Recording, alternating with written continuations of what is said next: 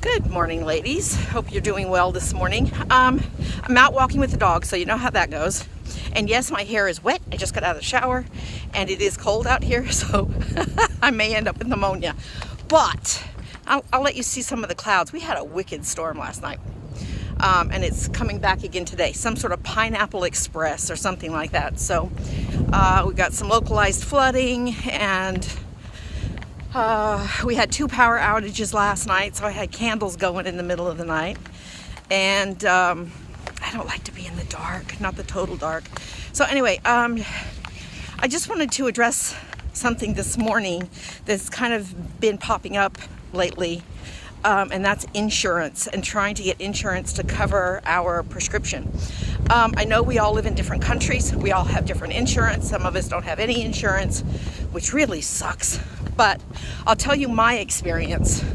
I have Blue Shield, which is through Covered California or Obamacare or whatever you want to call it.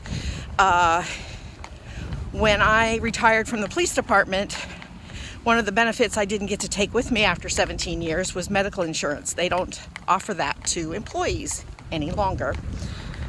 So when I left, I had to get some sort of insurance. So Obamacare was my cheapest option. Hold on, here we go already. So anyway, that's what I have, and it's the Blue Shield Silver version. So when I wanted to start losing weight in October, and I went to my doctor, I asked him for phentermine. He would not put me on phentermine because my blood pressure was a little high, nothing crazy, but it was like 140/90 or something like that. And so he said he didn't think that would be a great option yet, and he wanted to try me on Saxenda, which I had never heard of. I had seen the Contrave commercials and asked him about that, and he said that he doesn't, in his experience, he doesn't find that it works very well. So Saxenda was it. Well, of course, the first thing they did was turn me down.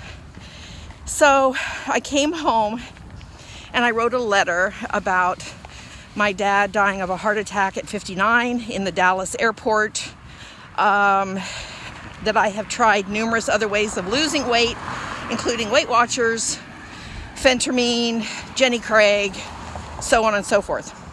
So what I found out was through writing this letter, first off, they figure out that you are a human being at the other end. And second, I figured out that they want some history of your life, family. I did tell them that my grandson only has one grandparent, and it's me, and that I didn't want to die at 63. And lo and behold, they approved it for 4 months. So I truly believe, and I must tell you, I feel that my doctor's office is semi-incompetent, and I'll explain that in a minute too, if I remember. I truly believe if you write a little something about yourself, add it to your medical paperwork that goes in, your physician's authorization request, that they may approve it. Okay, so I got 4 months. So after the first 4 months, I was a little worried that they wouldn't renew it. And my doctor's office said, oh, yes, they will. You've lost a good amount of weight, and they will definitely renew it. Well, they didn't. And the reason they didn't is because his incompetent 20-something-year-old nurse didn't put down how much my starting weight was, how much I had lost. Hold on, we got a dog tangle here. Tuppy, come around. Hold on. I can't even fix this. Tuppy, come around here, please. Okay. Because his incompetent nurse didn't put down any data. Didn't put down that what my starting weight was, my current weight, that my BMI was still 31, so on and so forth. And when I called the doctor's office to ask why it hadn't been approved. She lied to me and said, oh, we're just going to resubmit it and try again. So I called the insurance company and I asked them, why wasn't it approved? And they're the ones that told me that the doctor's office hadn't written anything down. So I proceeded to call them back up and chew them out. And I told the insurance company myself how much weight I had lost, and the guy actually seemed to believe me. But my doctor's office also sent another request in. I had to talk to the office manager and kind of chew her out a little bit. And I felt bad about it afterwards because she wasn't the one that initially did it. It was the nurse. But I needed a goal to be accomplished, and that was to get my medicine renewed. So anyway, after it was submitted with my starting weight, my current weight at that point, that I was still at a 31 body mass index, they approved it. So the point of all of this is, don't give up. Don't let your doctor's office do it on their own. Jump in there. Oh boy, I'm next to a school and now we got music going and kids yelling.